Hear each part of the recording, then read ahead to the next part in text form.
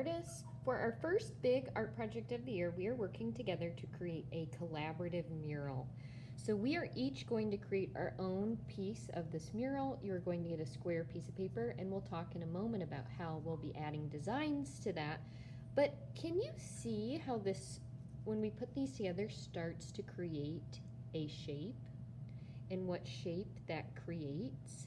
And so you know our theme to start this year is circles, and so we are each working on a quarter of a circle, so that when we put them together on our bulletin board, we have all of these beautiful circles that, although our art is different, will be cohesive and unified together. So here's one I already made, and I use patterns. I'm going to show you how we're starting this, but you do not just have to do patterns.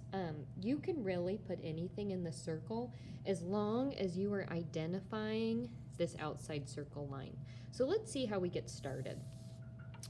Here is a square piece of paper. You'll have a stencil to trace, so kind of wiggle that down into the corner.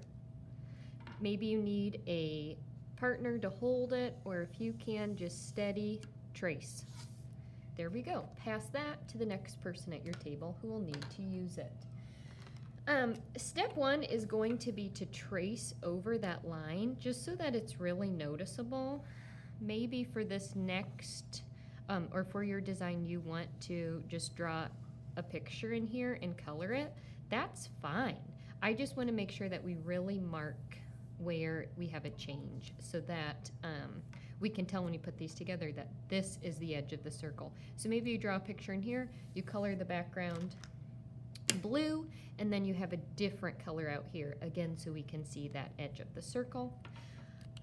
Here is one I recently started, so I added my flower designs on the inside. We noticed that when we fill this with color, it really looks beautiful. So as little white as we can leave, I'm trying to find one that's really filled in. The vibrancy is, again, we're gonna have this in the hallway on the bulletin board, so from across the hallway, you're gonna be able to see these designs. So I'm gonna take the time to even color around all my designs, and I'll probably color in those flowers as well. We're using markers because they're so vibrant, and we should have, you know, a lot of colors that you will need. Remember when you put the lid on the marker to listen for that click to make sure that's on, because we did have some issues last year where our markers were getting dry. Our wide point ones, I feel like, tend to have a really good click.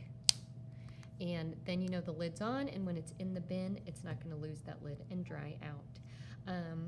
Okay, let's do this.